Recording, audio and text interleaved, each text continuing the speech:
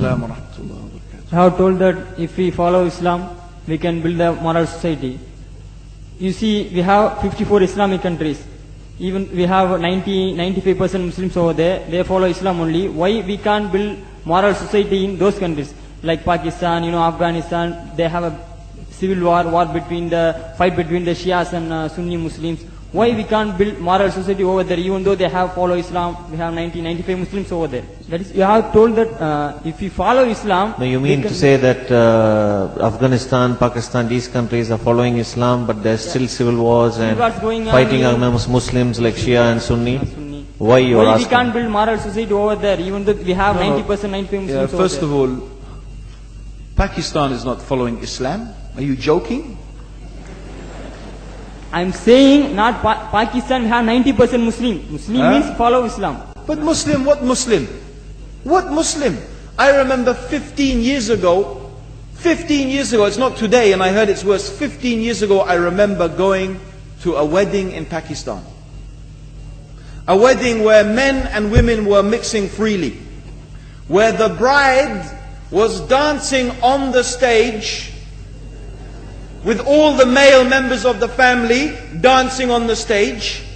I am sure somewhere around, we probably hidden in a corner then, but I hear now it's open drinking alcohol. What Muslim are we talking about? This was 15 years ago. Now I hear it's even worse. Oh yes, they're Islam.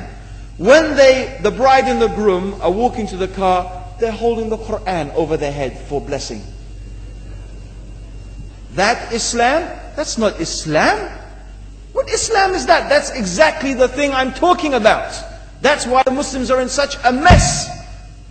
Because of this nonsense, this hypocrisy, actually they are insulting the Quran by doing that.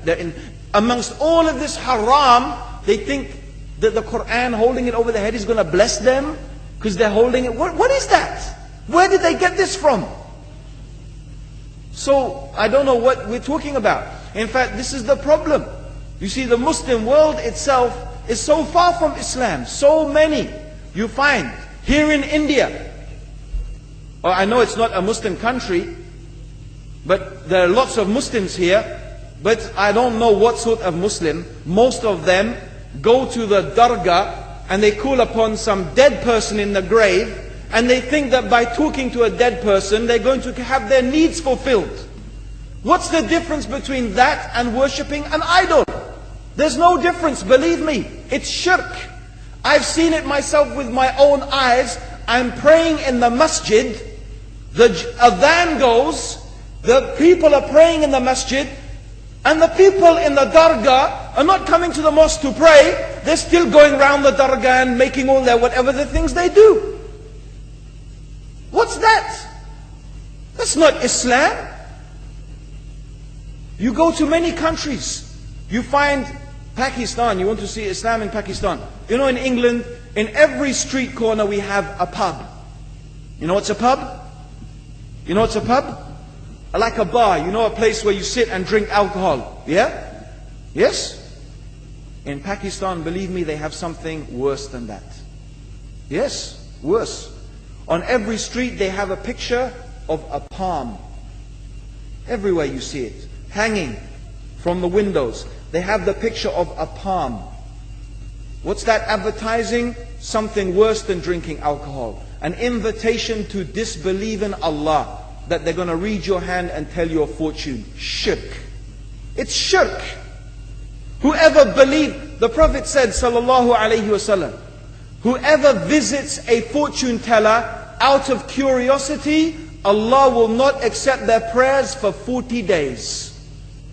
Whoever believes in the fortune teller has disbelieved in Allah and His Messenger. That includes, by the way, horoscopes.